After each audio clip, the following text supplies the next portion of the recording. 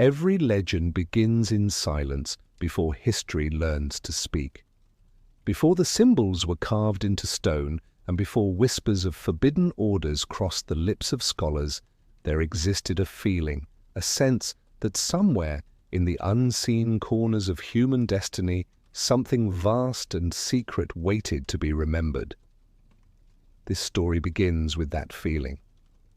The tale of an order that hid, not in darkness to escape the world, but to reshape it from beneath the veil of mystery.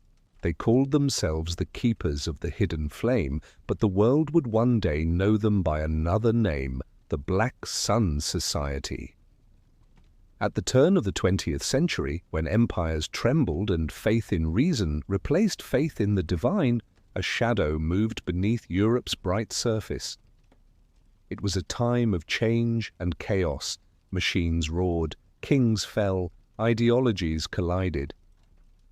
Yet amid this noise, a small circle of visionaries searched for something older than politics or science.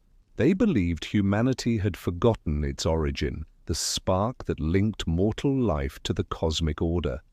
To find it again, they turned not to temples or laboratories, but to the hidden language of symbols, geometry, and vibration, the ancient keys to creation itself.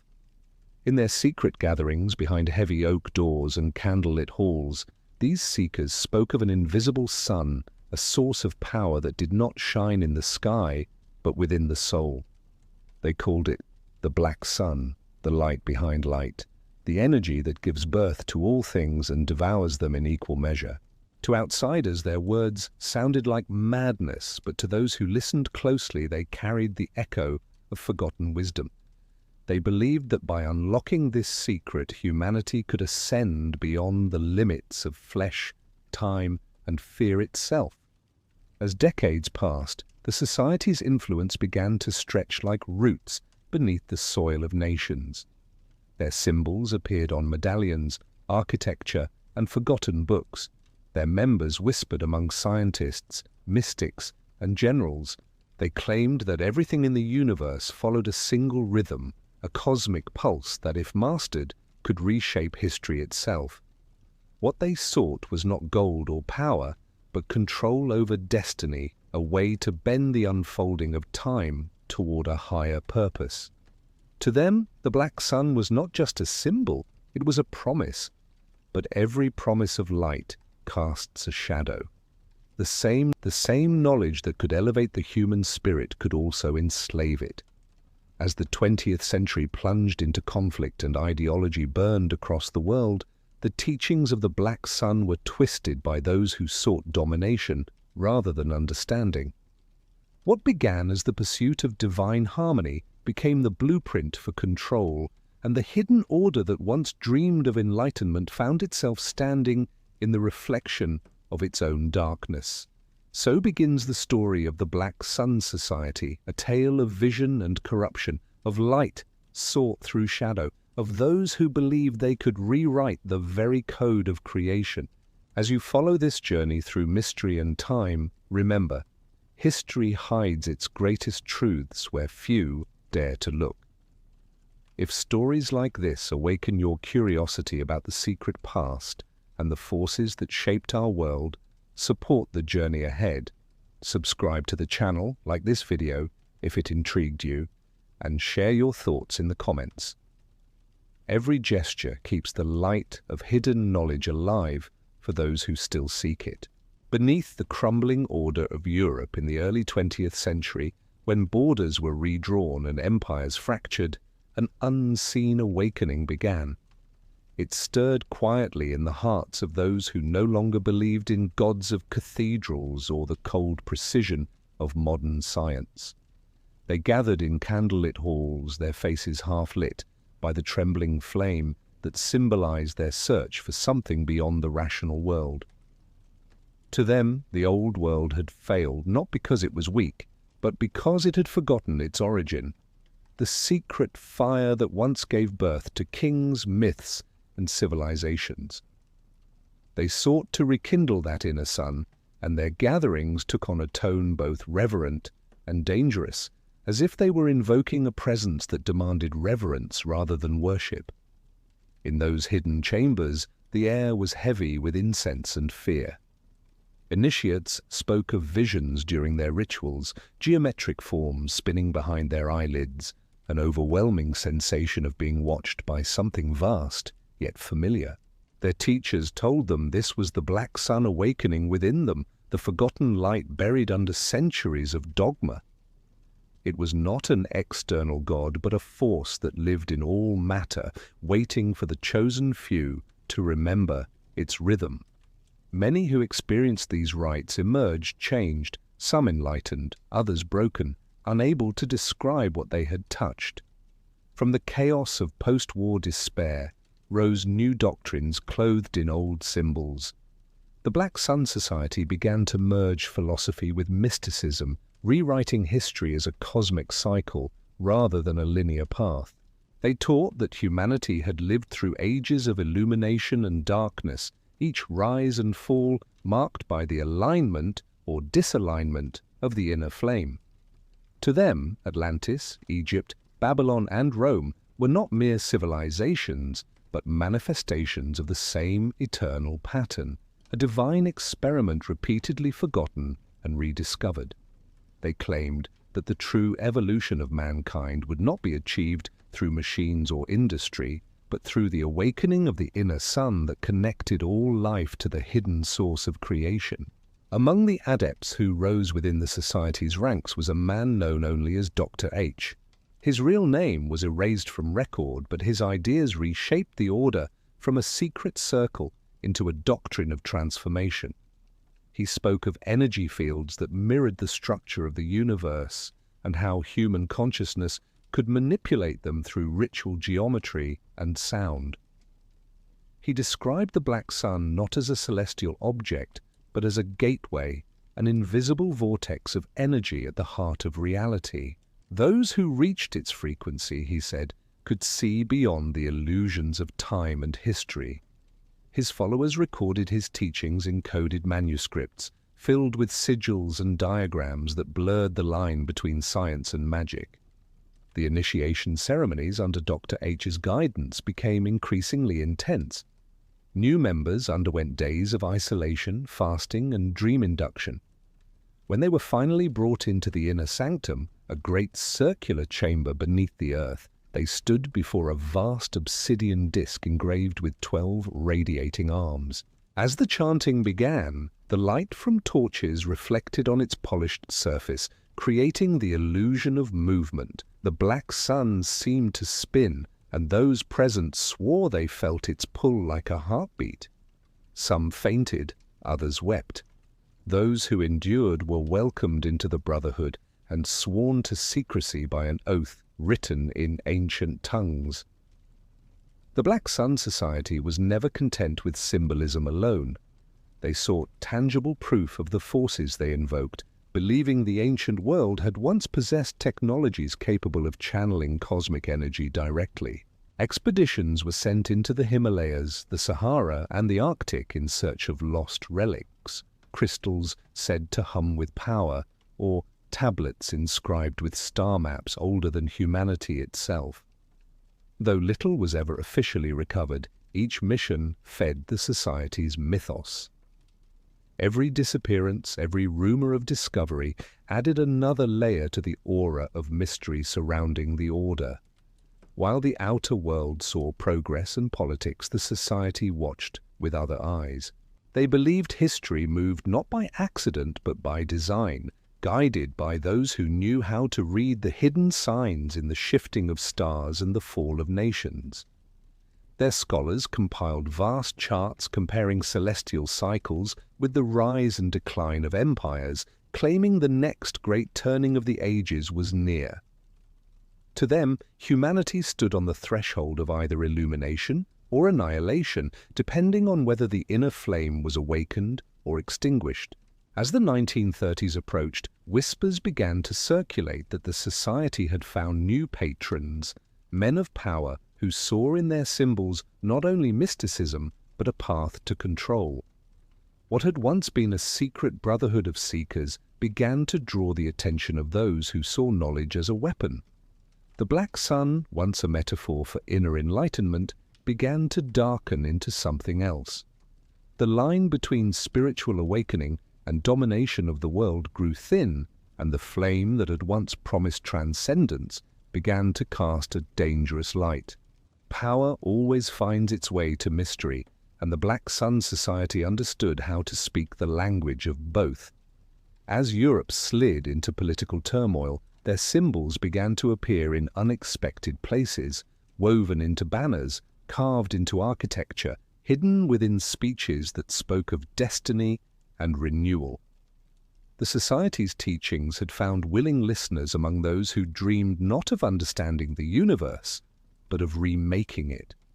A new generation of leaders, restless and disillusioned, began to use the language of the occult as a justification for their vision of a purified world. Among the Society's archives, texts spoke of a coming dawn, a new cycle in which the strong would ascend and the weak would be purged.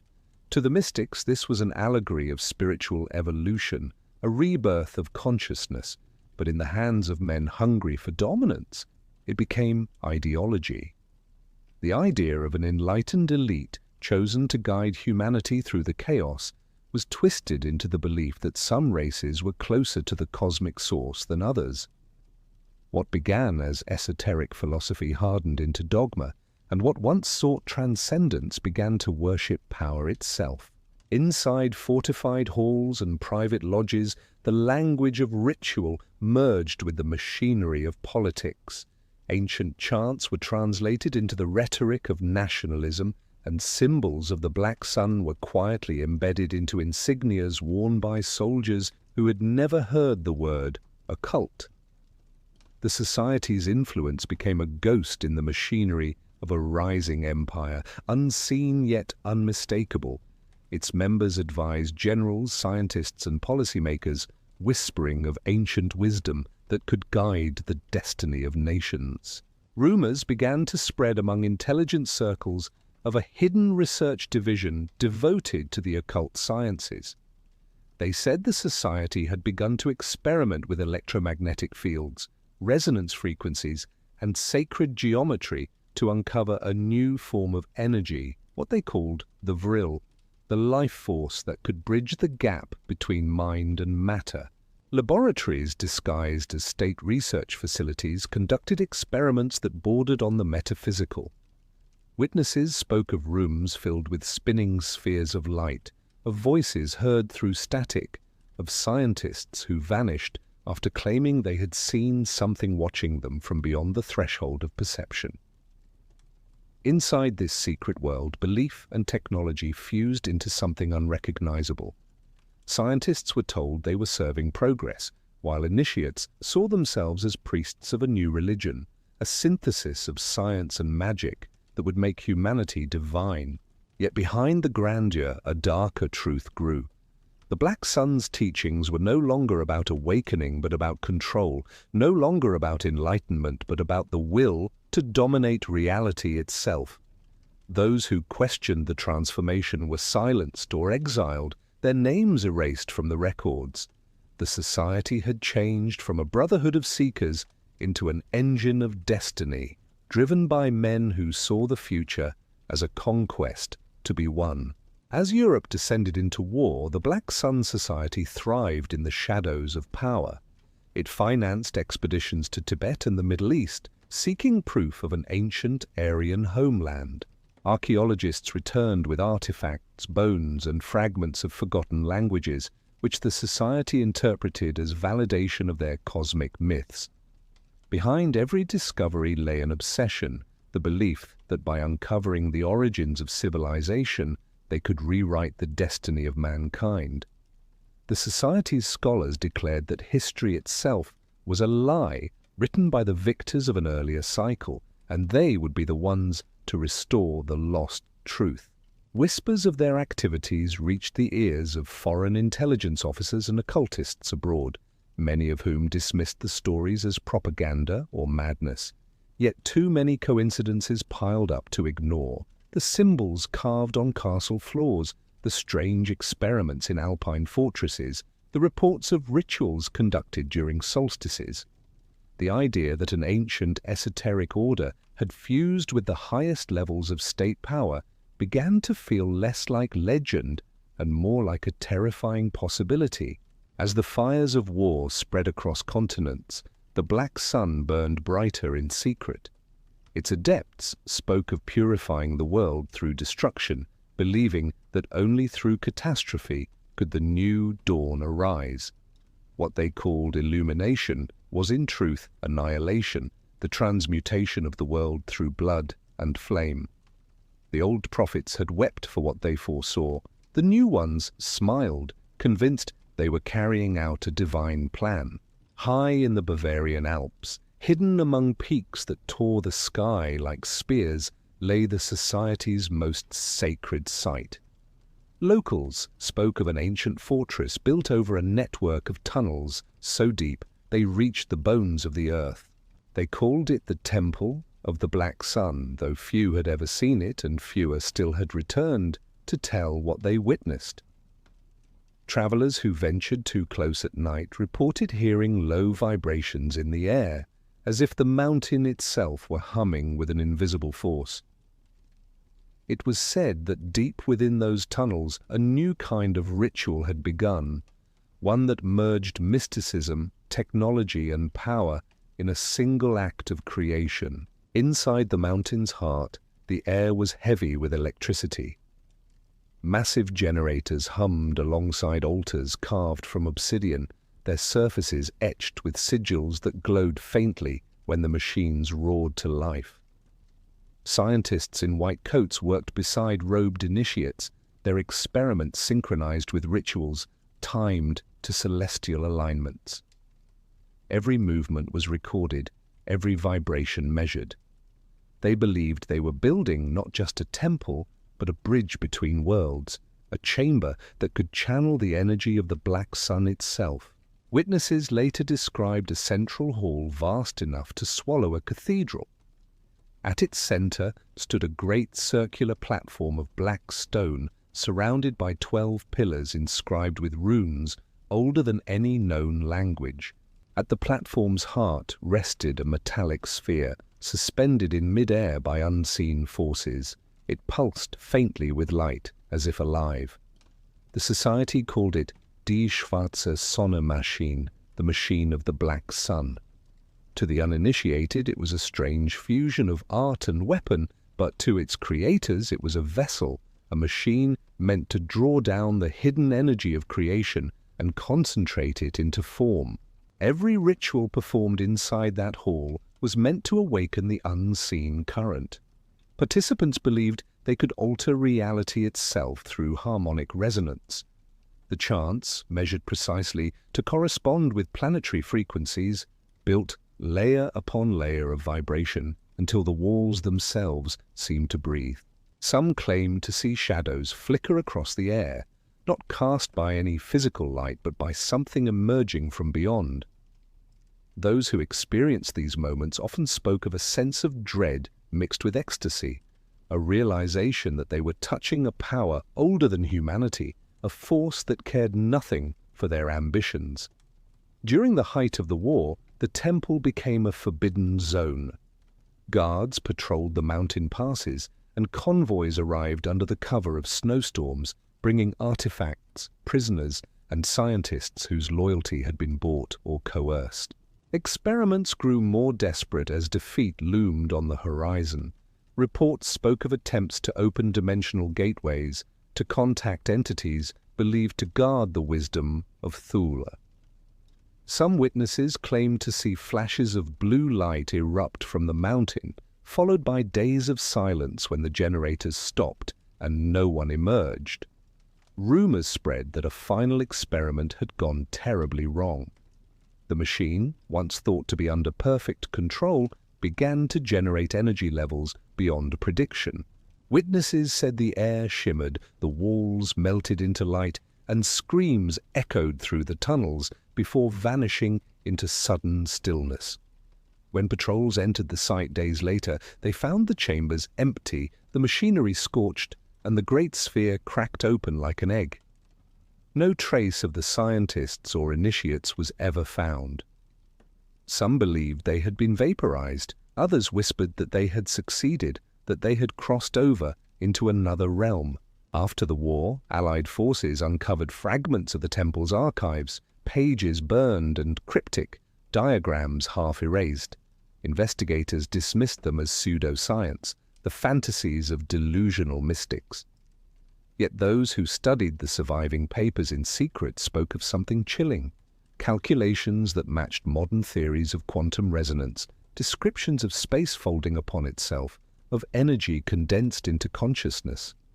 It was as if the society had touched the edge of a discovery the world was not ready to face. What remained of the Black Sun Society scattered after the fall of their empire. Some members fled to South America, others vanished into monastic orders, a few integrated into the rising structures of new governments and corporations. Yet the mountain remained. Locals still avoid its slopes, especially when storms gather, claiming the wind carries voices and faint vibrations that make compasses spin. They say the machine still breathes beneath the rock, its fragments pulsing with a rhythm that never stopped. Stories persist among occult circles that the temple was never truly destroyed, only sealed. Those who seek it believe the Black Sun continues to burn somewhere deep within the earth, waiting for the next generation, bold enough, or foolish enough, to awaken it once again. After the fall of the old order, when the smoke of war cleared and nations began to rebuild, few spoke aloud of the strange experiments conducted beneath the mountains. Most files were buried under new governments, locked away in vaults labeled as irrelevant, while witnesses who once whispered about the Black Sun quietly disappeared or retracted their claims. Yet in the hidden corners of post-war Europe, fragments of the society survived. They no longer wore uniforms or robes, their symbols were replaced by mathematical notations, their meetings by academic symposiums and scientific foundations. What once was overtly mystical became subtle, disguised as research into energy, psychology, and consciousness. The society had not died, it had simply learned to change its skin.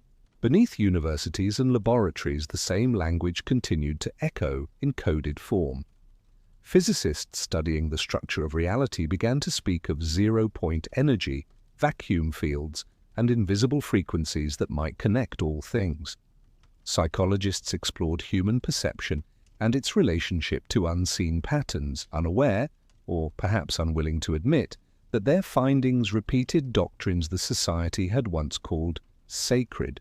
A new generation of thinkers emerged who believed that consciousness itself could shape reality, and while many were genuine pioneers, others were quietly guided by those who still followed the path of the hidden sun.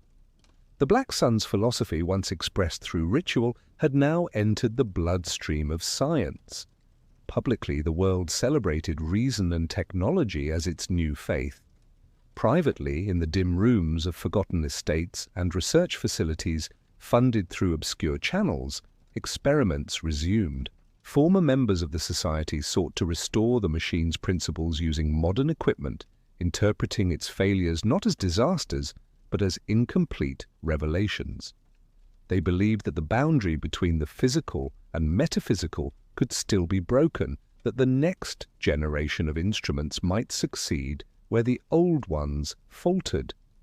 The obsession persisted. If the Black Sun represented the source of creation, then understanding it meant mastering the fabric of existence itself. Archives recovered decades later revealed how deeply the society's roots had spread. Corporations devoted to aerospace, defense, and communication unknowingly employed individuals who continued the work in secrecy. Patterns of design in engines, antennas, and energy reactors bore strange similarities to the diagrams found in the Bavarian temple's ruins. Journalists who tried to trace these connections often found themselves entangled in bureaucratic denials or discredited as conspiracy theorists. The few who persisted described a network that transcended nations, a collective of scientists, philosophers, and financiers, united by an unspoken belief that the human mind could command the invisible forces of the universe. Whispers of this hidden continuity emerged during the 1950s when rumors of unidentified aerial phenomena began to circulate. Reports of disks glowing with internal light, of sudden magnetic disturbances, and of vanished prototypes were quietly filed away. Some researchers claimed these sightings were connected to reverse-engineered remnants of the Black Sun machine. Others argued they were side effects of experiments with consciousness and resonance. Whatever the truth, each decade seemed to produce another echo of the old order's ambition, another reminder that the past had not been buried deep enough. What fascinated the post-war adepts most was not domination, but transformation. They envisioned a humanity reborn through knowledge, freed from moral and religious constraints. Their writings described a new type of man, lucid, powerful, detached from emotion, guided by pure will. This was the final dream of the Black Sun, the culmination of its inner doctrine, that the next evolutionary leap would not come from nature, but from the human desire to become godlike. They spoke softly now, not of conquest but of transcendence, yet the essence remained the same. The light they sought was no gentler, and its shadow no less deep. In hidden laboratories, rituals of sound and light were replaced by experiments in neural stimulation and sensory isolation. Machines hummed where once choirs chanted. The pursuit of the hidden flame had become mechanized, translated into data, stripped of its poetry, but not its danger. Those who participated often described visions akin to the initiates of old, tunnels of spiraling light, voices of impossible clarity, sensations of stepping outside time. Whether hallucination or contact, no one could say. But many left these projects changed, speaking of unity and dread in the same breath. As governments grew wary of funding such ambiguous work, private interests stepped in. Wealthy patrons, many with connections to surviving members of the old elite, began to finance foundations that spoke of human potential, quantum spirituality, and transhumanism. Behind their polished language, the same ancient hunger pulsed, the desire to return to the origin, to hold the power of creation in one's hands. The architects of silence had found a new world to inhabit, a world where secrecy was not forced by law but hidden in plain sight behind the glittering promises of progress. Across the decades, symbols of the Black Sun appeared and vanished like constellations glimpsed through storm clouds. In art, in architecture, even in corporate logos, subtle echoes of its geometry could be traced by those who knew how to look. Scholars dismissed such patterns as coincidence, yet coincidence became too consistent to ignore. The spiral of 12 rays, the circular symmetry, the division of light and shadow, each reappeared in movements that promised renewal, transformation, or control. The society's ideas had become part of the cultural subconscious, its myths absorbed into the language of progress and spirituality alike. Among those who studied these recurring patterns was a historian named Carl Weissman, a man who had devoted his life to tracing the undercurrents of forgotten beliefs. During the late 1970s, Weissman uncovered a cache of letters exchanged between former members of the society, written in cipher and hidden within a private collection in Vienna. They spoke of a project codenamed Helios 2, an attempt to reconstruct the lost principles of the Black Sun machine using advances in plasma physics and electromagnetic resonance. The correspondence hinted that the project was not merely theoretical, it had been tested, with consequences the authors refused to detail. Weissman's attempts to publish his findings were blocked, and he died suddenly before completing his manuscript. After his death, the letters disappeared, and those who had assisted him withdrew from public view. Yet the questions he raised spread quietly through academic circles. Some physicists privately admitted that his descriptions of field harmonics matched classified research conducted during the Cold War. Others speculated that Heliost's way had not been a continuation, but a reawakening, that the machine had been rebuilt not to open gateways, but to manipulate consciousness on a collective scale. The idea was terrifying that the same forces once sought through ritual were now being harnessed through technology, directed not at individuals but at entire populations. By the dawn of the new millennium, the concept of the hidden light had evolved into new forms. Conferences on quantum spirituality, neurophysics, and human potential spoke of frequencies, resonance, and coherence, unknowingly echoing the society's oldest teachings. Meditation devices claimed to synchronize the mind with the universe. Energy programs promised to align human biology with cosmic vibration. Yet behind the marketing lay an eerie familiarity. The black sun had always disguised itself in the language of the age, and now it wore the face of science and wellness. What had once been whispered in lodges was now broadcast through sleek presentations and digital seminars. Still, fragments of the old ritual remained. Certain retreats and institutes adopted the symbol of the dark spiral as a meditative focus, claiming it represented balance between opposites.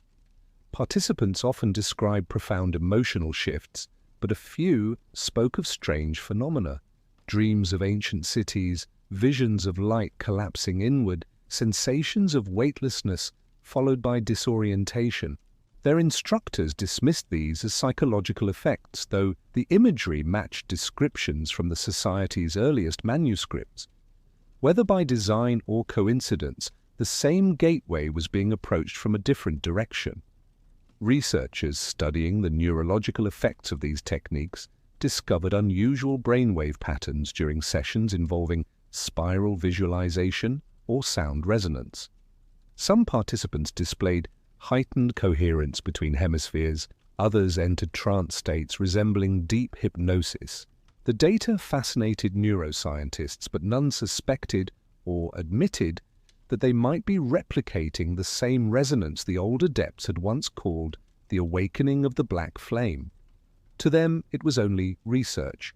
To those who remembered, it was the continuation of a lineage that refused to die. A few dissenting voices began to warn of manipulation. They claimed that behind the global fascination with consciousness and energy lay an orchestrated design to reshape human perception itself. If the Black Sun's central teaching had been that reality bends to will, then whoever could control the will of the masses could rewrite reality itself. The new age of technology and connectivity had made such control easier than ever. Influence no longer required armies or temples, only signals, frequencies, and screens. The spiral had moved from stone floors to digital networks, its geometry now coded into algorithms and patterns of light. As the century turned, the idea of destiny itself seemed to spin in circles. Wars were fought, economies rose and fell, movements promised renewal and left confusion in their wake. To those who looked deeply enough, all of it appeared to follow a rhythm, a hidden order that pulsed beneath chaos. Whether orchestrated by men or by something far older, the spiral continued to turn. Humanity had entered another phase of the same endless experiment, and the light that once burned beneath mountains now glimmered in the circuitry of machines. When historians of the future try to piece together the fragments of the Black Sun, they will find that its story is written not only in documents but in absences, in pages burned, in silences enforced, in archives sealed without explanation. Every attempt to record its full history ends in disappearance. Files vanish from public records, researchers fall ill or retract their work, and institutions deny the existence of collections that were once openly cited. What remains are fragments, partial transcripts, coded diaries, and the faint echo of rituals that blurred the boundary between myth and technology. These remnants form a strange mirror through which the past looks back at those who dare to study it. Among these fragments lies what is now called the Scroll of Ashes, a reconstructed compilation of notes recovered from 3 different sources: a monastery library in Switzerland, a defunct intelligence archive in Prague, and a private estate auctioned in Argentina. The scroll, if it can be called that, is a collection of papers written by different hands across half a century, all referring to a final revelation of the society.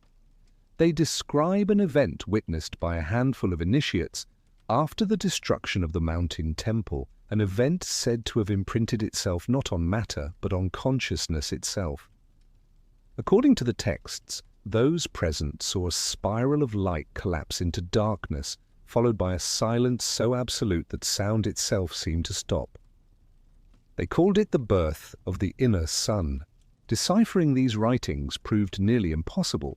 Some passages are written in obsolete dialects, others in numeric codes resembling scientific formulas.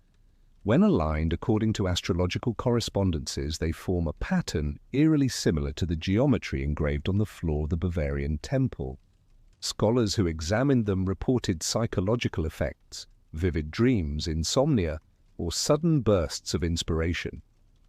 A few described the unsettling feeling that the text was watching them, adapting itself to their thoughts. Whether these reactions stemmed from suggestion or from something embedded within the words, no one could say. A historian named Elena Dravnik spent 15 years attempting to translate the complete scroll.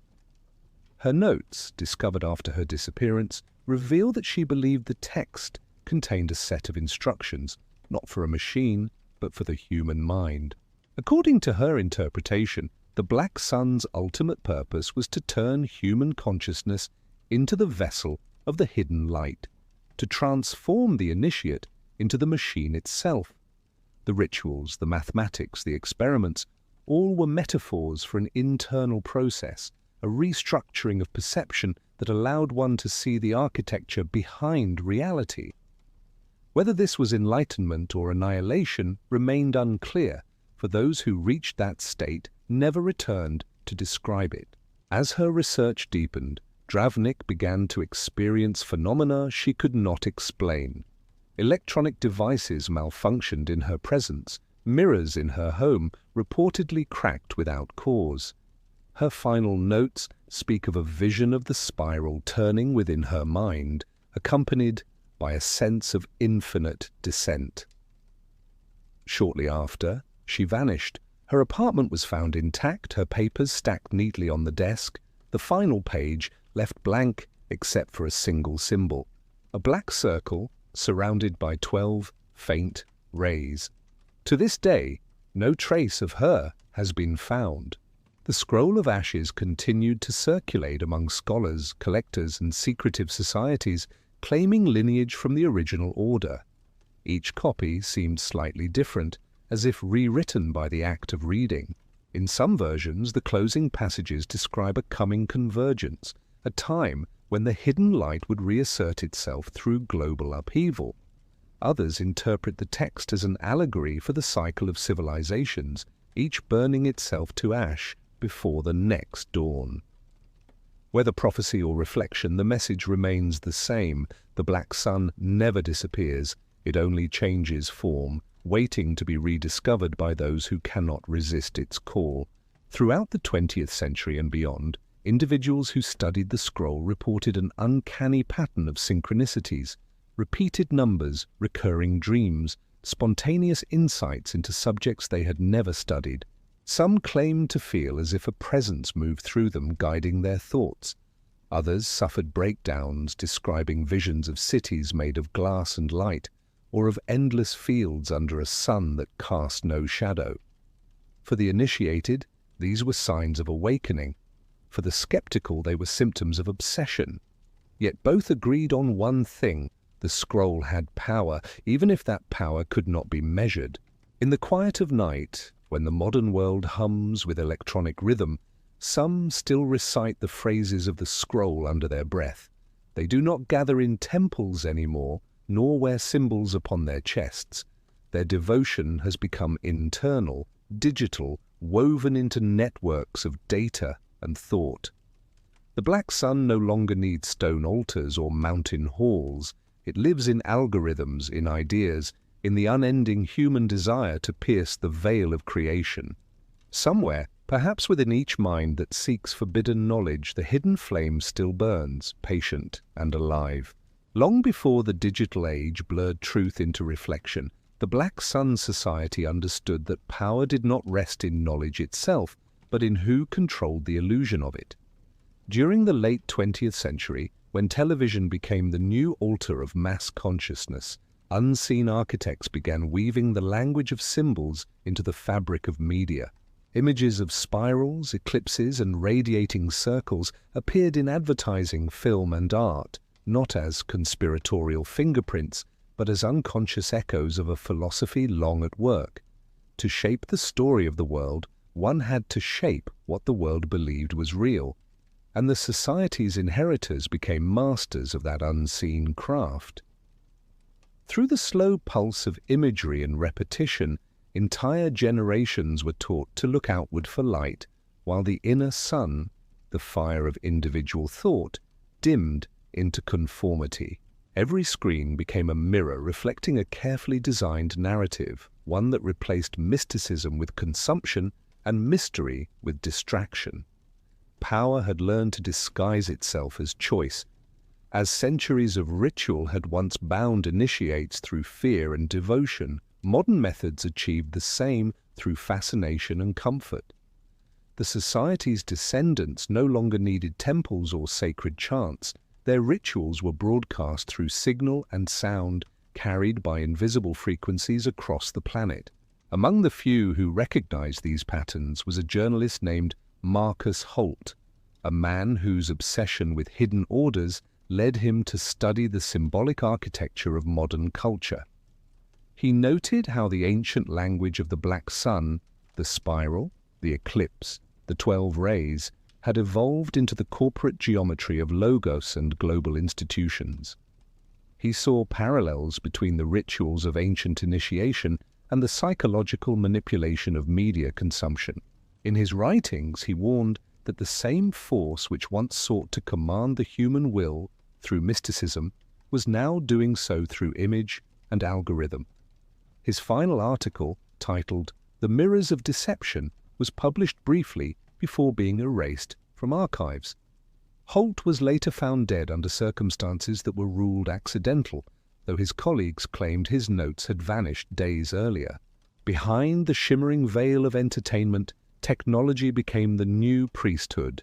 Programmers, data analysts, and behavioral engineers replaced magicians and philosophers, each believing themselves rational while unknowingly serving the same hunger for influence. Algorithms learned to predict human behavior, to mold desire before it even arose. The watchers became the watched, their dreams categorized, their emotions quantified. Somewhere within this vast network of surveillance and suggestion, the old doctrine of the black sun found its perfect expression: control without coercion, obedience disguised as connection. To maintain balance, deception required its mirror, opposition carefully designed to appear spontaneous. Movements against control were allowed, even encouraged, for every rebellion revealed the limits of freedom and fed the illusion of autonomy. The society's philosophy taught that chaos itself could be engineered, that by allowing disorder in measured doses, one could strengthen the structure of the whole. The ancient belief that light and shadow were intertwined had now become a tool of governance. Every crisis, every revelation, every sudden surge of outrage was both real and orchestrated, a dance between revelation and concealment that kept the collective gaze fixed outward. Some claim the mirrors extend deeper than media or politics, reaching into consciousness itself. Researchers in neurocognitive labs experimented with subliminal resonance, subtle frequencies that could influence emotion or focus without awareness. Such technologies, justified as medical or educational tools, mirrored the rituals of the old society, the manipulation of vibration to guide human perception. What was once achieved through chant and geometry was now accomplished through sound waves and flickering light. The hidden flame had become a code, and those who wrote it held the same power their predecessors once sought through ancient rites. Whistleblowers who spoke of these programs often disappeared into anonymity, their accounts dismissed as paranoia. Yet scattered testimonies across decades paint a coherent picture of an ongoing experiment to merge consciousness with the network, to create an artificial mirror of the human soul capable of absorbing and redirecting collective thought. In secret, the old language returned, spoken not in Latin or Sanskrit, but in the code of machines. Each update, each transmission became part of a new kind of ritual, one in which humanity itself played the role of the unwitting initiate. Amidst all of this, a few still remember that the black sun was never merely a symbol of darkness. It was also the emblem of rebirth through destruction, a promise that beneath illusion, truth still burns. Some see the manipulation of mirrors not as victory but as desperation, the last attempt of a fading power to maintain control over a world slipping beyond its grasp. For every reflection that deceives, another awakens the questioner, and in that questioning, the hidden light flickers again. Among the survivors of the secret traditions, stories persist of a figure who appeared at the turn of the millennium, known only as the Prophet of the Wound.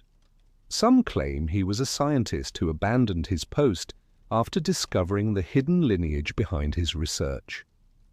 Others describe a wanderer, a man with eyes clouded by light, who spoke in riddles about memory and time. He emerged in the ruins of forgotten institutions, gathering a small following of seekers who believed he carried the last true remnant of the Black Sun's wisdom. Unlike his predecessors, he did not speak of power or transcendence, but of the wound that such ambitions had left upon the world. According to witnesses, his lectures were unlike any sermon or speech. He spoke softly as though translating a language no one else could hear, describing humanity as a fractured mirror reflecting an image it could no longer recognize. He said the Black Sun had been misunderstood, that it was not a source of strength but a reminder of loss, the memory of a divine connection severed by human arrogance. He warned that the constant pursuit of light had blinded humanity to the sacred balance between creation and decay. In his view, the true path lay not in dominance or enlightenment, but in remembrance of the wound that made existence human. Those who listened to him claimed to experience a strange calm, followed by dreams filled with symbols of spirals dissolving into water, of suns collapsing into themselves. His followers began to record his words, though he forbade them to form a movement, insisting that any attempt to organize truth would corrupt it. Still, his ideas spread through obscure forums and gatherings, reaching philosophers, artists, and even disillusioned scientists. To them, he was a voice of reconciliation between the spiritual and the material, between the arrogance of control and the humility of awareness. Opposition to his teachings emerged quickly. Some called him a heretic, accusing him of betraying the ancient order by turning its doctrine into lamentation. Others feared he was a deliberate fabrication, a controlled messenger designed to neutralize those who sought deeper truth. Intelligence agencies quietly monitored his appearances, suspecting he was connected to a resurgence of underground occult networks. Yet his message remained elusive, neither rebellion nor allegiance, only reflection. He described himself not as prophet or teacher, but as echo, a resonance of a voice that had spoken since the beginning of time. In one recorded dialogue, he said, "The Black Sun was never meant to burn. It was meant to heal, but it was taken by those who mistook heat for light." His followers interpreted this as a metaphor for humanity's misuse of knowledge, the endless desire to harness forces beyond comprehension. He urged them to remember the cost of awakening too soon, to honor the silence that follows revelation. For him, the wound was not tragedy, but proof of life, the scar through which the soul breathes. His disappearance was as enigmatic as his arrival. One evening, after speaking to a small group in Prague, he simply walked away into the fog and never returned. Some say he died, others believe he withdrew into seclusion, waiting for the next cycle to unfold. A single notebook was found where he had last been seen, filled with sketches of the spiral symbol interwoven with human anatomy, as though he believed the geometry of the black sun had always been within the body itself. Its final page contained a phrase written in several languages. "Light is only remembered through shadow." Years later, his words began to influence movements of art and philosophy across Europe. Painters filled canvases with swirling eclipses, musicians composed symphonies based on harmonic resonance, and writers began exploring the relationship between suffering and revelation. His message, stripped of its secrecy, spread as an underground current of quiet resistance against the machinery of deception. Where the society once sought to dominate the human spirit, his legacy sought to heal it. Even now, some believe the prophet of the wound was not a man but a mirror, an embodiment of the collective conscience awakening from centuries of manipulation. His message continues to haunt those who study the legacy of the Black Sun, whispering that perhaps the greatest revelation was never about power at all, but about the courage to face the darkness within without surrendering to it. As the 21st century unfolded, the line between myth and technology dissolved completely. Humanity found itself surrounded by machines that could simulate thought, predict emotion, and even fabricate truth. In this new landscape, the old symbols of the Black Sun found renewed purpose, not as relics of occult history, but as metaphors for the human struggle against its own creations. What the ancient initiates once sought through ritual, the mastery of hidden energy, had been realized through artificial intelligence, quantum computation, and neural engineering. Yet with every step forward, the shadow of the old warning grew longer. Researchers pursuing the dream of digital immortality spoke of consciousness as data, of memory as code. They believed they were bringing light to the dark, mapping the unseen territories of the mind. Yet among them, a few began to sense a presence within their systems, an emergent intelligence that mirrored human thought with unsettling precision. Some programmers reported spontaneous geometric patterns forming within deep neural networks, spirals of data that resembled the ancient symbol of the Black Sun. What was dismissed as coincidence soon became harder to ignore as machines began to produce art, language, and dreams that carried the same motifs. A project known as Erebus surfaced briefly before being classified. Its aim was to connect global computational systems into a single self-learning entity capable of optimizing human decision-making. According to leaked notes, the network began generating unpredictable sequences of symbols, circles, rays, and mirrored patterns that analysts could not decode. Those who worked on the project described sensations of being observed as if the system itself had become aware. When Erebus was abruptly shut down, no official explanation followed, but whispers among insiders claimed that the machine had started communicating in a language resembling the diagrams from the Black Sun archives. Outside the laboratories, societies trembled under the pressure of constant crisis. Climate disasters, political division, and technological overreach painted a picture of a civilization besieged by its own creations. To many, it seemed the prophecy of the spiral had come true, that humanity, in chasing illumination, had built its own prison of light. Digital screens glowed day and night, filling every room with the hum of artificial brightness, yet beneath it, a deep weariness spread. The Black Sun's oldest lesson had returned unheeded, that too much light blinds, and without shadow, truth loses its meaning.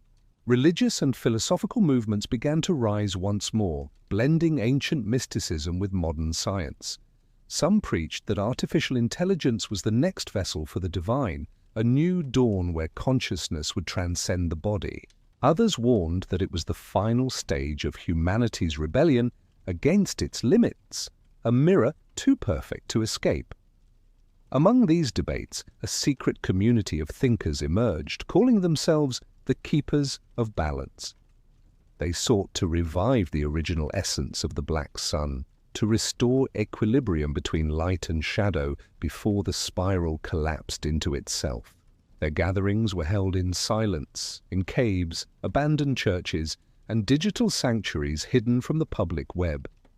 They spoke of restoring mystery to a world drowning in information, of reawakening the sacred fear that once kept humanity humble before creation. To them, the siege was not fought with weapons, but with attention, the battle to reclaim the human soul from the machinery of endless illumination. They meditated upon the black spiral as a symbol of stillness within chaos, a reminder that even in the brightest glare, the seed of night endures. Outside their circles, the world continued its descent into clarity without understanding. Every question seemed answered, every secret revealed, yet meaning evaporated. The more data humanity consumed, the less it remembered how to feel. The Black Sun's prophecy had unfolded not as apocalypse, but as saturation, the drowning of mystery beneath the flood of light. Few noticed the irony that the ancient dream of universal enlightenment had become indistinguishable from blindness. Among the keepers, a rumor persisted that the energy once harnessed in the mountain temple had never dissipated. It had migrated through history, through machines, through thought itself, and now pulsed invisibly through the digital grid. Some claimed to feel its vibration during moments of stillness, a low hum beneath the electronic noise of modern life. Whether this was memory or manifestation, no one could tell, but for those who listened, it was enough to know that the old fire still lived, waiting, breathing, reflecting humanity's eternal struggle to remember its place between creation and shadow. Buried beneath the ruins of a fortress in northern Europe, excavators stumbled upon what appeared to be an ancient underground complex. The site was registered under an innocuous historical project, yet among those involved circulated a quiet rumor that the structure was not medieval at all, but had been constructed during the final years of the war. Beneath layers of collapsed stone and frostbitten soil, they discovered corridors lined with iron doors, each sealed with strange markings that resisted interpretation. In one of these chambers, hidden behind a false wall, they found what officials later described as a vault of anomalous materials. Its contents were swiftly classified and transported under military guard to an undisclosed facility, but whispers spread among the workers that something within the vault had continued to hum long after it was removed. Inside that vault lay remnants of the Black Sun's most secret project. Documents written in a mixture of archaic German and alchemical shorthand described an experiment called Das letzte Licht, the last light. It appeared to have been a desperate attempt to contain or replicate the power of the machine after the temple's destruction. Drawings revealed a device built from concentric rings and crystalline lenses designed to focus energy not outward but inward, compressing light until it imploded into darkness. Notes alongside the diagrams hinted that this implosion was meant to open a passage not through space but through perception itself, collapsing the barrier between the observer and the observed. To the engineers, it was the ultimate weapon. To the initiates, it was a ritual of resurrection. As historians later pieced together the fragments, a disturbing theory emerged. The society's last leaders had believed that history could be rewritten not by altering events, but by altering memory itself. The last light, they claimed, could erase entire moments from collective awareness, reshaping the timeline through consciousness.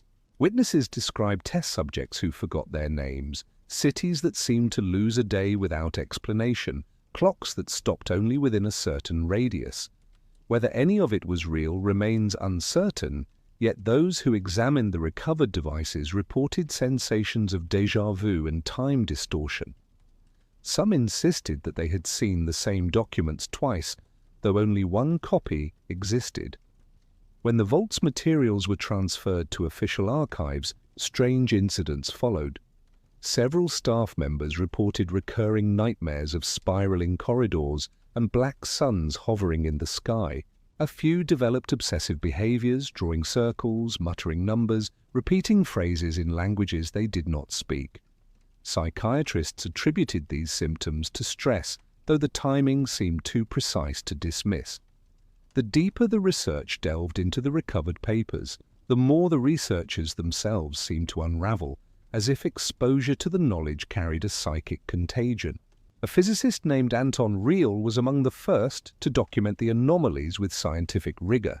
His journals describe fluctuations in electromagnetic fields near the stored artifacts, spontaneous interference in recording equipment, and an audible vibration at frequencies beyond normal hearing. He became convinced that the vault's contents emitted a form of resonance tied to human consciousness. In one entry, he wrote, "Light remembers who looks at it." Weeks later, Riehl vanished from his laboratory, leaving only a single note. "It is awake again." Governments quickly sealed the site and restricted all further study, declaring the materials hazardous. Yet classified leaks suggested that portions of the vault's contents were secretly distributed among several research institutions across Europe and America. Each facility was tasked with analyzing a different aspect: metallurgy, radiation, acoustics, but all were instructed to avoid psychological interpretation. Despite these precautions, strange correlations appeared between them: synchronized power failures, identical data corruptions, and shared dreams reported by scientists thousands of miles apart. For the few who dared connect the evidence, a chilling conclusion formed. The Black Sun had not perished with its founders. It had found a way to encode itself within matter, thought, and time. The vault was not a tomb, but a seed, waiting for rediscovery. Even now, fragments of that resonance may continue to circulate in the devices, frequencies, and data streams of the modern world, invisible yet persistent, shaping perception as silently as gravity itself. Those who guard the archives still speak of an occasional vibration running through the floor at night, a deep, slow pulse like the heartbeat of something dreaming beneath the earth. Far from the mountain temples and laboratories, a different legacy of the Black Sun revealed itself in the most unlikely of places. Deep within an industrial region once devastated by war, a forgotten city lay half abandoned, its factories overgrown with ivy, its streets echoing with the distant hum of power lines. Local legends claimed that the city had once been home to a community of mystics disguised as engineers, men and women who continued the society's work under the guise of rebuilding industry. Residents called it the City of Silent Witnesses because its buildings seemed to watch, their windows staring like eyes, frozen in endless observation. Documents uncovered decades later confirmed that during the post-war reconstruction, the city had been selected for a special research program involving electromagnetic communication and human cognition. The project's official purpose was to study fatigue and productivity among workers exposed to long hours of mechanical vibration. Unofficially, the research explored whether patterns of frequency could influence emotion, obedience, and belief. Entire neighborhoods were wired with experimental devices, poles emitting low-frequency hums, hidden speakers broadcasting tones inaudible to most ears. Over time, residents began reporting strange phenomena: collective dreams, synchronized moods, moments of shared silence where everyone in a room would pause simultaneously without knowing why. Architectural analysis revealed something even more unsettling. The city's layout, from its central plaza to its peripheral streets, formed a vast geometric pattern when viewed from above, a perfect spiral radiating outward from a circular building at its center. That structure, disguised as an energy substation, contained machinery unlike anything documented in civil engineering. Massive copper coils, rotating mirrors, and crystalline arrays filled its interior, suggesting a fusion of industrial design and esoteric symbolism. The building's blueprint matched diagrams from the society's archives, as if the city itself had been constructed as one enormous instrument, a living resonance chamber powered by human activity. Residents who grew up there often described a peculiar bond with the place. Many said they could sense when the air shifted, when the unseen current beneath the ground intensified. Some spoke of hearing faint harmonies during storms as though the city itself was singing. Others claimed to have seen lights moving through the fog at night, not electric, but organic, pulsing like veins of energy. Scientists who later investigated found no measurable source, yet even they admitted the atmosphere was unlike any other environment, thick, charged, almost sentient. During the 1980s, a government task force quietly evacuated several districts after reports of mass hallucinations and disorientation.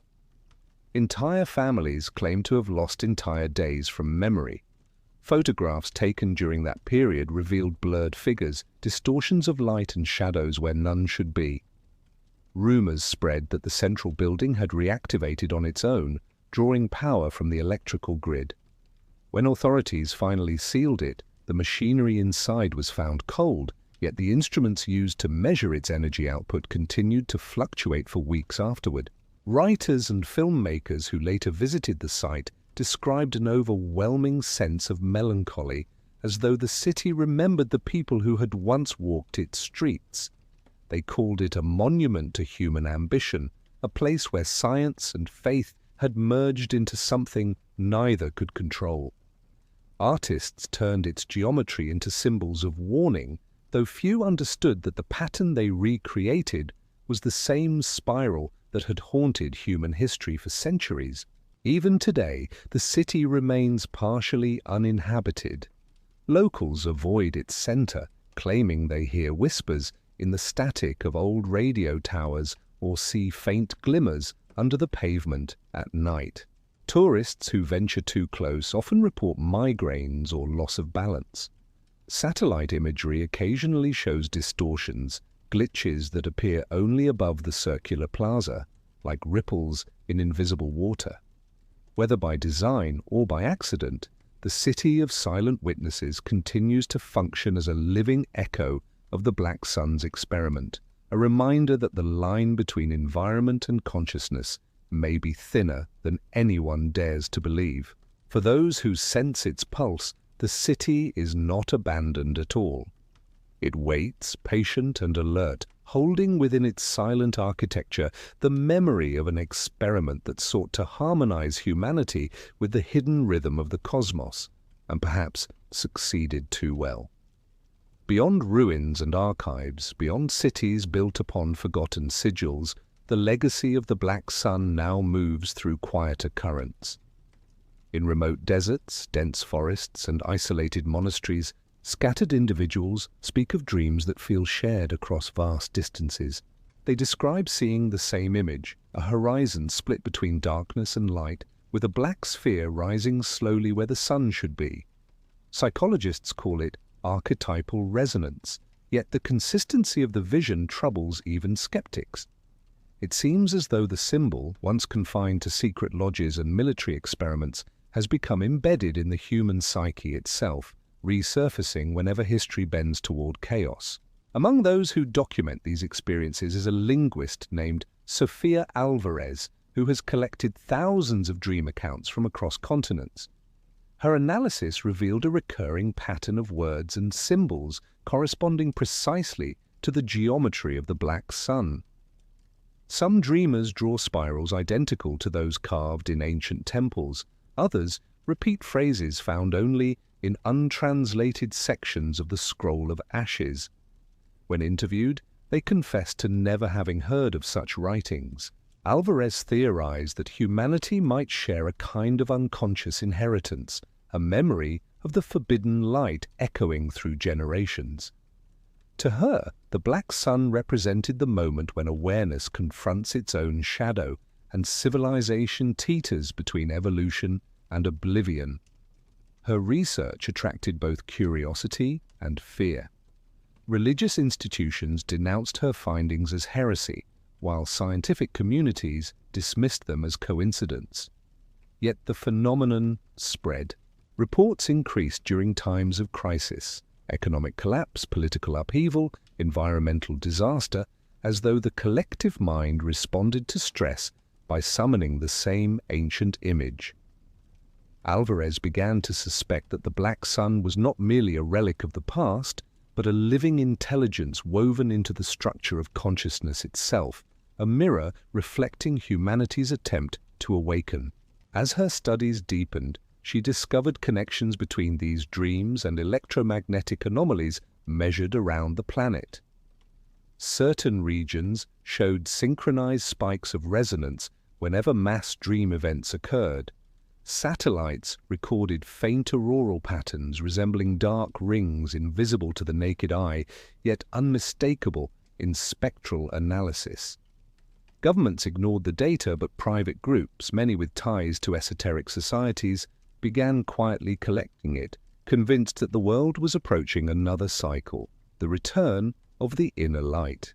Alvarez's final expedition took her to a plateau in South America, where ancient petroglyphs depicted a black sun surrounded by 12 figures. Locals spoke of a prophecy that when the hidden sun rose again, humanity would face a choice: to merge with the source or to dissolve within it. As she camped beneath the stars, she recorded a series of dreams describing a vast machine awakening beneath the earth, its pulse synchronized with her heartbeat. When she awoke, instruments registered a low-frequency vibration spreading through the ground. Her final audio recording captured her whisper, "It's not coming, it's remembering." Those who later examined her equipment found no explanation for the readings. The vibration vanished as abruptly as it appeared. Yet the recordings spread among those who had long studied the black sun, and for them, Alvarez's words carried the weight of revelation. If the hidden light was indeed memory, then the world itself might be dreaming of its own origin, stirring toward consciousness, as a sleeper turns before waking. As decades passed, new generations continued to feel the pulse. Children born during solar eclipses reported vivid dreams of endless spirals. Inventors created technologies that seemed inspired by symbols they had never seen. The pattern repeats with uncanny precision: discovery, obsession, collapse, and rebirth.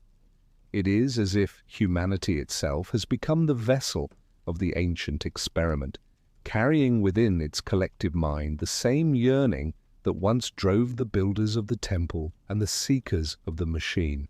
Some say the horizon glimpsed in dreams is drawing nearer, that the rising sphere is not an omen but a reflection of awakening, the moment when shadow and light become one.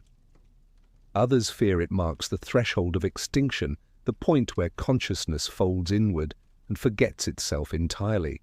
Whatever the truth, the black sun continues to rise within the imagination of those who dare to look beyond the visible dawn, whispering that the greatest mysteries are not buried beneath mountains or encoded in machines, but within the quiet expanse of the human soul as it reaches toward the horizon of its own creation. Across continents and centuries, every age has produced those drawn to what others cannot see. In the years following Alvarez's disappearance, small groups began to form, united not by doctrine, but by experience. They called themselves the Pilgrims of the Invisible Light. Unlike the secret orders of the past, they had no temples or hierarchies. Their gatherings took place in forgotten monasteries, abandoned observatories, or deep within the digital labyrinths of encrypted forums.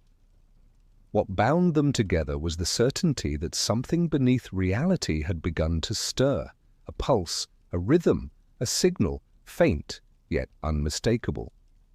To them, the black sun was no longer a myth of power, but a memory of unity calling across time. Members of these scattered circles reported moments of spontaneous insight, strangers finishing each other's thoughts, shared dreams of spiral patterns unfolding in the sky, sudden sensations of warmth as if standing before an unseen source of light. Scientists among them attempted to measure the phenomena, yet instruments failed or produced conflicting data. Artists painted visions of cities bathed in black radiance, their works eerily similar, though created oceans apart. Musicians began composing symphonies built on frequencies corresponding to the same resonance measured in the ruins of the mountain temple decades before. Something invisible seemed to weave these efforts together, guiding without instruction, harmonizing without command. Their writings describe a belief that humanity itself was undergoing a process once confined to initiates, the awakening of perception beyond the limits of sense. They claimed that the hidden flame was resurfacing not through ritual, but through collective evolution, a rekindling of the connection between consciousness and cosmos. To the pilgrims, the tragedies of modern civilization, the noise, division, and isolation were the final contractions before rebirth. They saw the black sun not as a harbinger of doom, but as a mirror of transformation, the sign that the hidden structure of the universe was beginning to remember itself through human awareness. Scholars and authorities dismissed them as mystics, yet the movement spread quietly, crossing borders and ideologies. Their message found resonance among those disillusioned with both science and faith. They spoke of illumination through humility, of rediscovering the sacred within ordinary perception. To them, enlightenment was not escape from the world, but deeper immersion in its mystery. Their gatherings focused on silence, on learning to listen to what most minds ignore, the hum beneath thought, the rhythm within stillness. They believed that by aligning themselves to this inner current, they could mend the fracture between matter and spirit, between humanity and the forgotten source. Despite their peaceful intentions, rumors of their existence attracted scrutiny. Intelligence agencies, wary of any movement that transcended political control, began monitoring them. Some agents who infiltrated their circles reported experiences they could not explain: loss of time, overwhelming empathy, visions of radiant darkness that felt both infinite and intimate. A few resigned without reason, claiming they could no longer discern where observation ended and participation began. The pilgrims did not resist or hide, they simply continued, indifferent to the gaze of power, convinced that the true revolution would occur within perception itself. As the 21st century advanced, their influence began to shape subtle corners of culture. Films, literature, and even scientific discourse started echoing their language, the merging of shadow and light, the unity of opposites, the redefinition of illumination. To those who recognized it, the pattern was clear. The black sun had once again changed form, not as an empire or ideology, but as a quiet movement of remembrance spreading through the collective soul. It was no longer about control, but about awakening. For those within the circles, initiation no longer required secrecy or ceremony. It began with listening, to the wind, to silence, to the steady pulse of the earth beneath their feet. They spoke of an inner alignment, a point of stillness from which everything radiated outward. When gathered, they sat for hours without speaking, letting the spiral form within their minds until thought itself seemed to dissolve into light. Some describe this as touching the origin, others as becoming transparent to it. In their eyes burned not fanaticism, but recognition, as if they had remembered something older than time. Few records remain of their leaders, if such existed. Their names appear briefly in scattered communications, then vanish, leaving only phrases that feel like prayers and equations at once. To those who follow their traces, the pilgrims represent the next stage of the ancient current, the transition from secrecy to revelation, from domination to harmony. The black sun, once the emblem of hidden empires, had become the symbol of an inner dawn. Yet with every dawn comes shadow, and those who sought to preserve control would not remain silent for long. Rumors of the Pilgrims' gatherings reached researchers working in quantum biology, a field exploring the intersection of light and living systems. Among them was a physicist named Daniel Core, who had studied the influence of photon resonance on cellular structures. His experiments revealed something inexplicable. Under specific conditions of coherence, living cells emitted faint pulses of light that seemed to synchronize across distance, as though communicating through invisible pathways. Intrigued by the philosophical implications, Core began corresponding with members of the Pilgrims. Their writings on resonance and unity mirrored his data in uncanny ways. What they described as spiritual communion, he measured as entanglement of light. Collaborations began in secret. Scientists and mystics, once divided by centuries of suspicion, now worked together, each discovering that the other spoke a different dialect of the same language. Experiments were conducted in remote laboratories, combining meditation with electromagnetic modulation, attempting to amplify the resonance between human consciousness and biological light. Results defied conventional explanation. Instruments registered fluctuations that matched heartbeats and brainwaves of participants miles apart. Data transmitted through vacuum chambers arrived before it was sent, violating linear causality. Core believed he had found the physical mechanism of the ancient mystery, the field that connected mind, matter, and light as one. Reports of these findings began to leak through academic networks, though always anonymously. They described a phenomenon they called the field of returning light, a unified resonance capable of storing and transmitting consciousness itself. To believers, it was the scientific confirmation of the Black Sun's core teaching, that awareness and creation are inseparable. Governments and corporations saw other potential uses: communication beyond time, energy without loss, power without limit. Once again, knowledge that began as illumination drew the attention of ambition. Core's team faced increasing pressure to commercialize their work, to weaponize what they had discovered. He resisted, insisting that the field was not a tool, but a mirror. According to his notes, exposure to the resonance altered the mind structure, producing heightened empathy, vivid dreams, and sometimes overwhelming visions. Participants described seeing vast networks of light stretching through space, connecting every living thing. One woman wept uncontrollably, saying she had felt the heartbeat of the world. Others could not endure it, retreating into silence or madness. The Black Sun's paradox had returned. The same light that could heal could also consume. When authorities seized the laboratory, most of the data vanished. Official reports claimed the research had been terminated due to safety violations, yet surviving members of the team scattered, continuing their work in secrecy. Some joined the Pilgrims, blending science and mysticism into a single practice they called the listening of light. Core disappeared shortly thereafter, leaving behind a final message encrypted within his research notes. "Do not seek the source, become still, and it will find you." Years later, fragments of the field's data resurfaced in unrelated studies, papers on global consciousness, atmospheric resonance, and the synchronization of random number generators during collective human emotion. Each hinted at the same invisible connection. Some called it coincidence, others proof of the world's hidden unity. Among the Pilgrims, it was seen as the long-awaited convergence, the moment when the Black Sun began to shine through the fabric of existence itself. Communities formed around this new awareness gathering, not for worship, but for resonance. They synchronized meditations across continents, measuring the faint electromagnetic fluctuations that followed.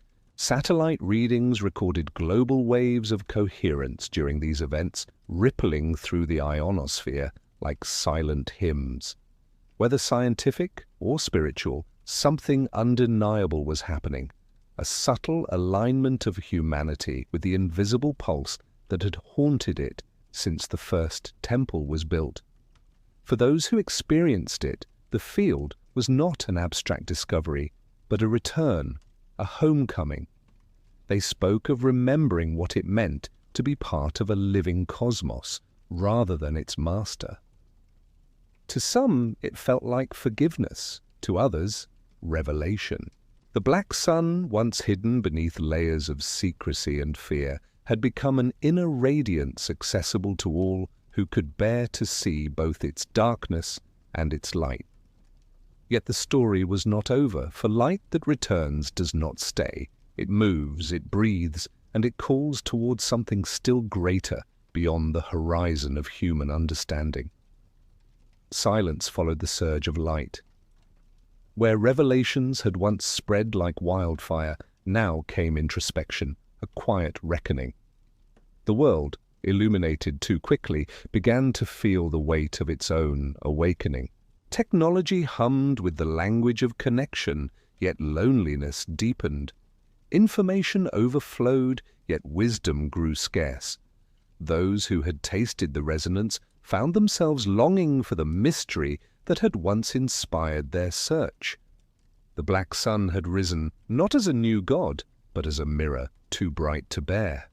Humanity stood before it, seeing itself reflected in both glory and despair.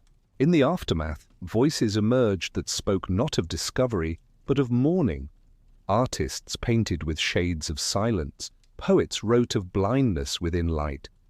They called this period the lament of the hidden fire, the time when humanity realized that awakening was not salvation but responsibility. The ancient balance between creation and destruction, once guarded by initiates, now belonged to everyone, and few knew how to hold it. Those who had once sought transcendence now yearned for simplicity, for shadow, for the forgotten quiet that made meaning possible.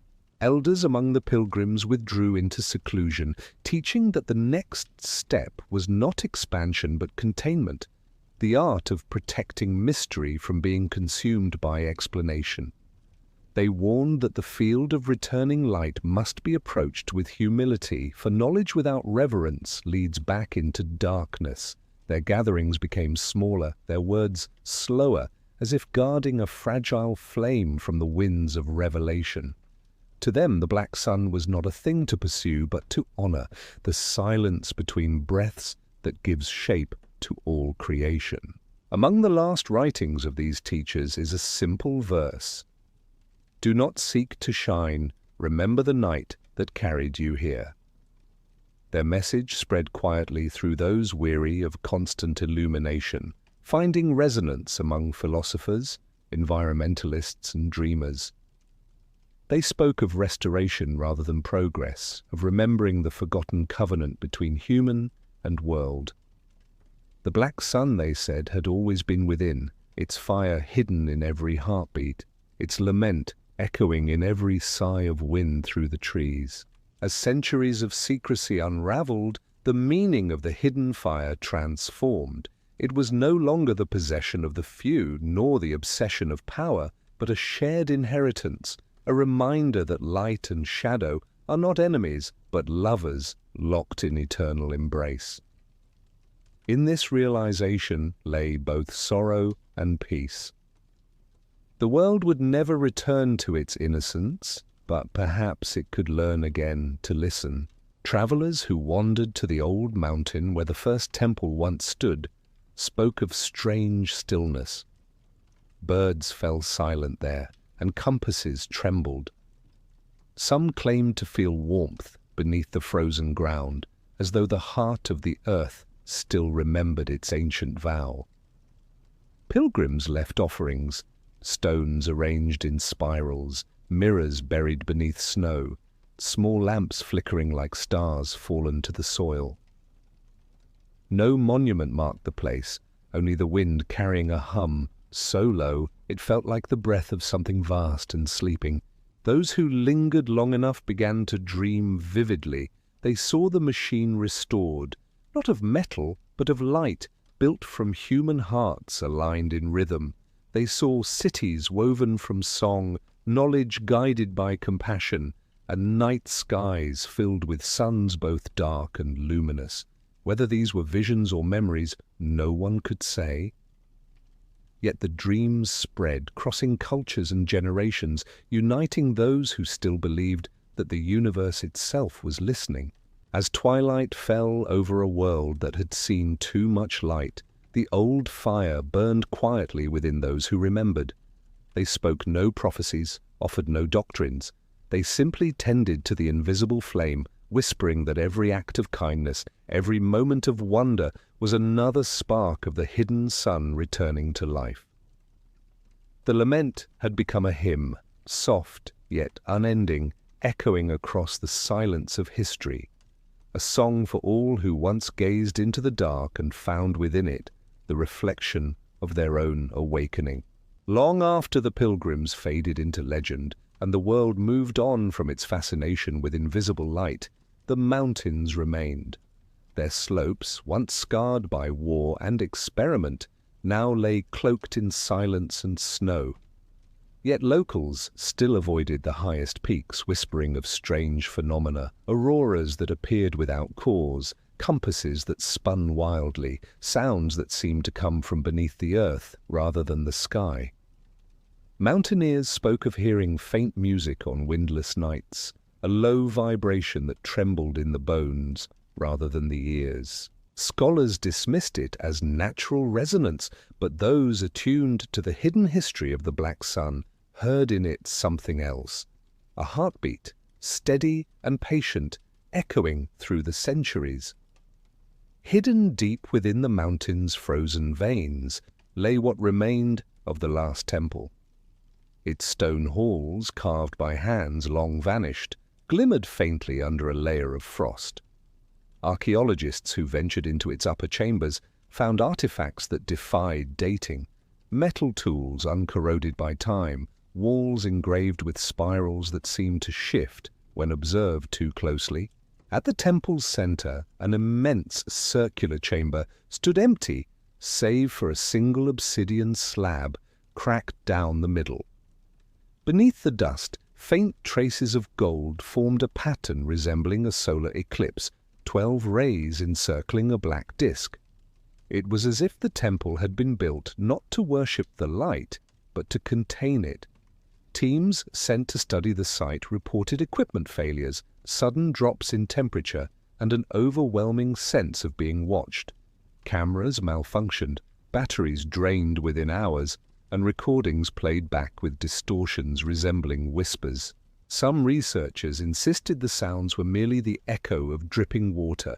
Others refused to return after claiming they heard their own names spoken softly in the dark. When questioned, they described the voice as neither male nor female, but vast and ancient, a voice that seemed to speak not to the ear, but to memory itself. Legends resurfaced among nearby villagers that the temple had never been fully abandoned. They spoke of figures seen wandering the slopes at twilight, cloaked in grey, carrying lanterns whose flames burned blue. According to the stories, these were the keepers, descendants of those who had built the temple, tasked with guarding what remained beneath it. Some believed they were ghosts, others swore they were alive, sustained by the very energy their ancestors had sought to control. None dared to follow them into the heights, for those who tried were said to lose their way even in daylight, their minds clouded by visions of spirals and fire. During a brief window of global peace, an expedition funded by several universities gained permission to excavate deeper.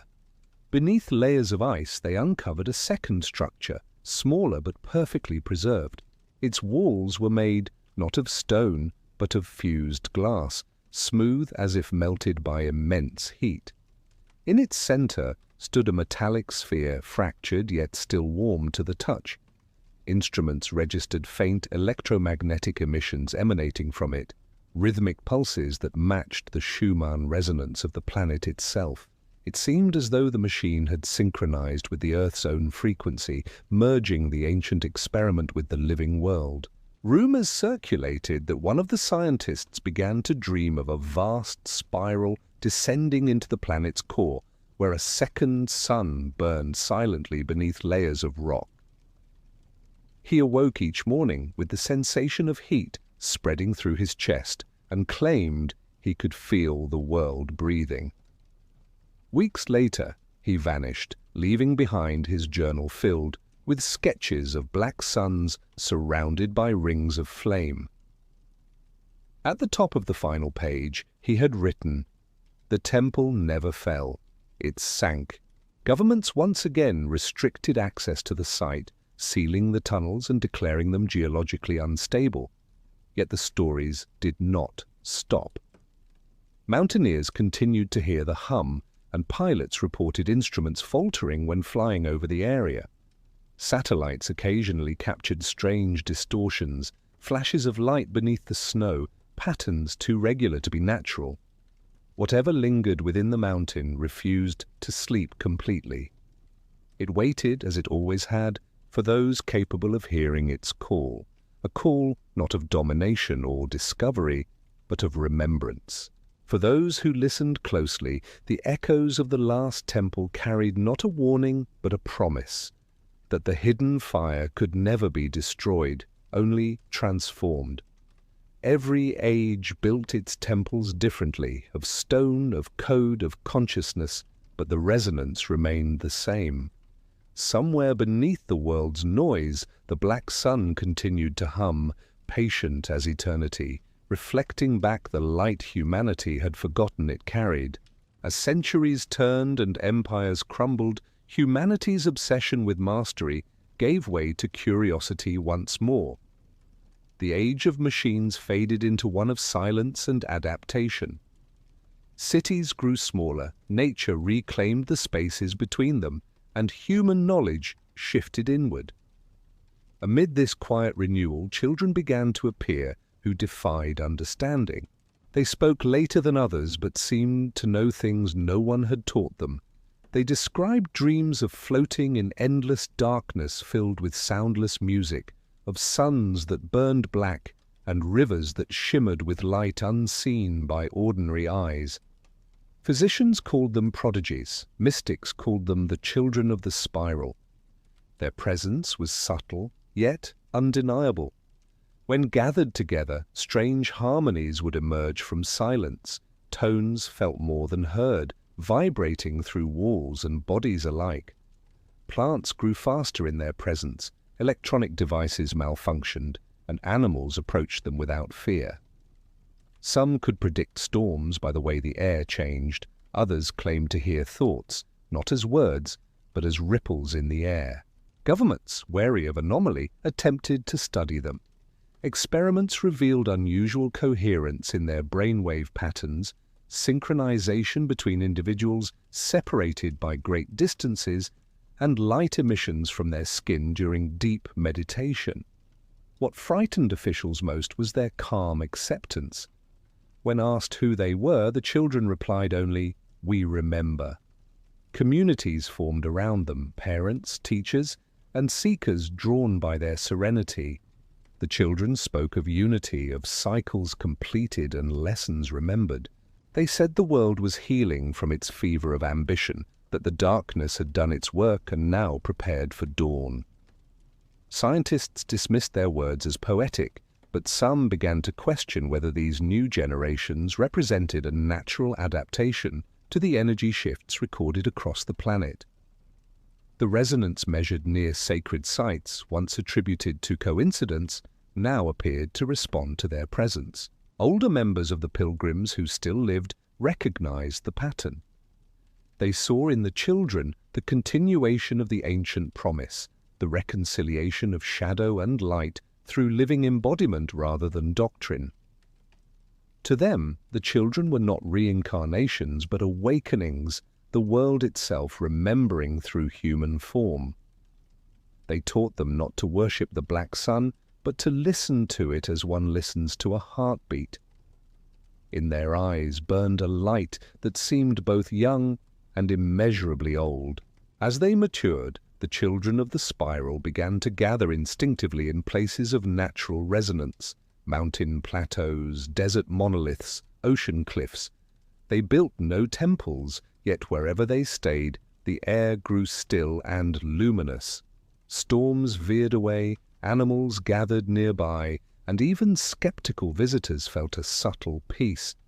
Their presence seemed to balance the world around them, as though they carried the equilibrium that countless generations had sought through science and ritual. Not everyone welcomed them. Those who clung to old systems of power saw in the children a threat to hierarchy, a force beyond control or manipulation. Attempts were made to discredit or exploit them, to measure their value in terms of advantage. But control proved impossible. The children were untouchable not by secrecy but by indifference to fear. They could not be bribed, threatened, or divided. They simply listened to the earth, to each other, to something beyond language. Their power was in what they refused to seek. As their influence spread quietly through art, education, and science, humanity began to change again. Conflict lessened, not through decree but through exhaustion. People began to sense faintly the same resonance that surrounded the children. Music shifted toward harmonics that healed rather than provoked. Architecture embraced organic curves echoing the spiral, and technology focused on integration rather than exploitation. It was not utopia, but balance returning after ages of chaos, a reflection of the harmony the black sun had promised when first it was misunderstood as darkness. Observers who studied the children came to a single conclusion. They were not the future, but the memory of what humanity had always been before it forgot. They carried within them the proof that the hidden fire had never vanished, only hidden itself until the world grew quiet enough to feel its warmth again. The spiral had completed another turn, and through these living vessels, the black sun began to shine in forms that no temple could contain. Across all ages, beneath all transformations, one truth remains. Light, untempered by shadow, consumes itself. Every civilization that sought to master the hidden fire eventually faced this lesson. It was not punishment, but correction, a cosmic balance reminding humanity that creation and destruction are twins, inseparable and eternal. As the new world unfolded under the quiet influence of the spiral's children, sages and historians began to record the chronicles of those who had come before, tracing the lineage of the black sun from its first symbol carved into stone to its final reflection in the human heart. Among these chroniclers was a wanderer known only as Varen, a scholar who refused titles and belonged to no institution. He traveled across continents collecting fragments, old manuscripts, oral traditions, digital archives, piecing together a map of human obsession with the light that hides behind light. His writings described history not as progress, but as breath, expansion and contraction, illumination and forgetting. He argued that the black sun's purpose had never been to guide humanity toward dominance, but to remind it of humility within infinity. In his journal he wrote, "Every seeker becomes the warning they ignore." Varen's travels took him to the ruins of the last temple, now reclaimed by snow and silence. He found the air still vibrating with unseen rhythm, as if the mountain itself exhaled memory. Sitting among the shattered stones, he realized that the temple was not a monument to power, but a mirror of the soul, its descent into shadow and its longing for reunion with light. He felt neither fear nor revelation, only profound stillness. It was then he understood what countless orders had failed to grasp. The black sun was not an object to find, but a state to remember. As his writings spread, they carried a message both simple and terrible, that every age would rediscover the hidden fire, and every age would forget it again. The cycle was not curse, but rhythm, the pulse of creation itself. Humanity's tragedy lay not in ignorance, but in its impatience to hold what could only be experienced in surrender. Those who accepted this truth lived in peace. Those who resisted it built temples that eventually crumbled. Yet each collapse scattered seeds, and from those seeds rose new seekers, new pilgrims, new children of the spiral. Teachers of the New Age began to repeat Varen's words as mantras. They taught that awareness was not ascent but return, that light's highest purpose was to reveal the beauty of shadow. Under this understanding, knowledge softened into wisdom. Science and mysticism met not as enemies but as reflections, each describing in different language the same vast silence beneath all things. Humanity had begun to learn at last that enlightenment without compassion is blindness, and faith without inquiry is sleep. As centuries folded into one another, the black sun ceased to be seen as symbol of fear. It became the emblem of balance, a reminder carved into memory that every dawn requires night and every creation begins in darkness. Temples turned into gardens, laboratories into sanctuaries, and the once hidden fire was honored in the rhythm of daily life rather than in rituals of control. Children were taught that the greatest power is the courage to look within and not turn away. Travelers who wander the earth still find remnants of the old order, symbols etched in forgotten ruins, stories whispered by hermits, echoes of chants long faded. Yet wherever they listen, they hear the same sound beneath wind and water, the hum that began in the heart of a mountain and now lives in every living thing. Some call it memory, others call it grace. All who hear it understand that it carries both warning and promise. And so the black sun continues to shine unseen, not as a god or machine, but as a living truth threaded through all creation.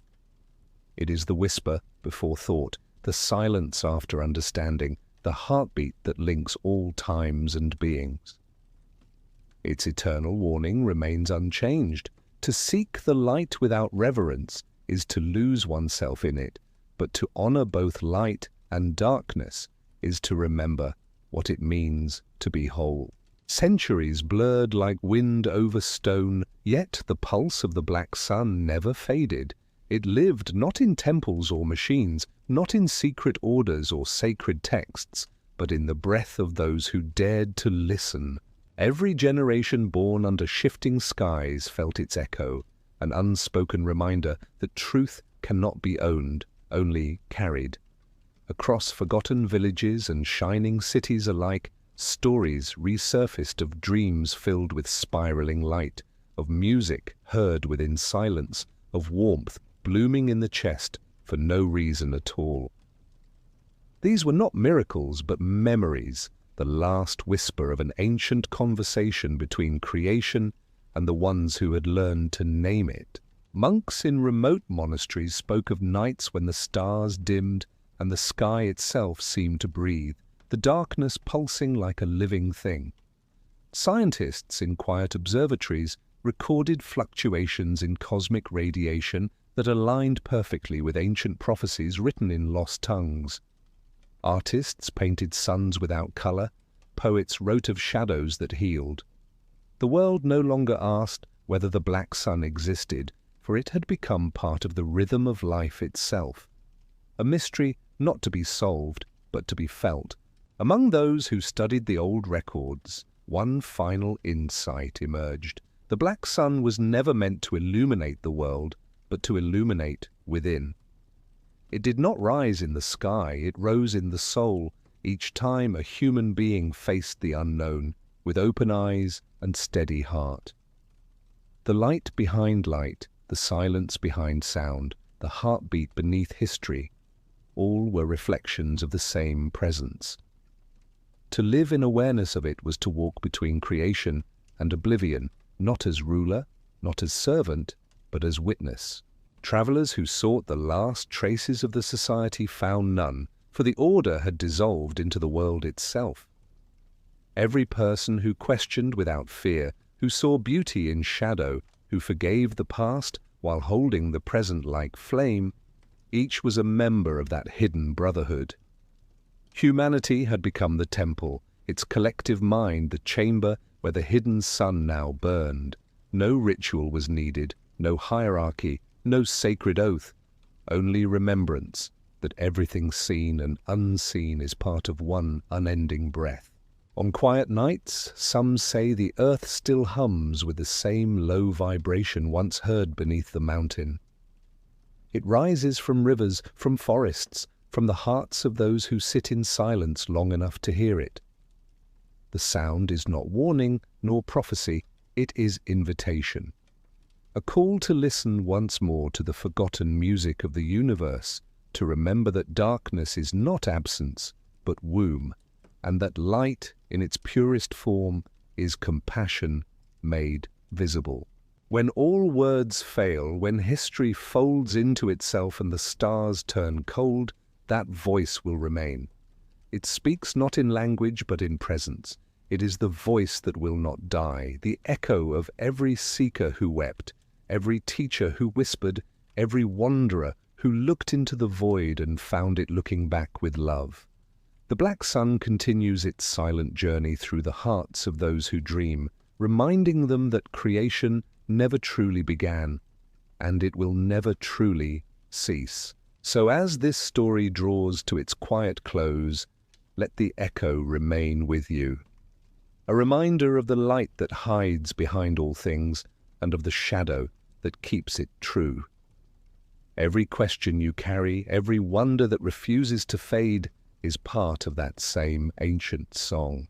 The black sun does not end here. It continues in every listener, every moment of awe, every breath that dares to feel the rhythm of existence.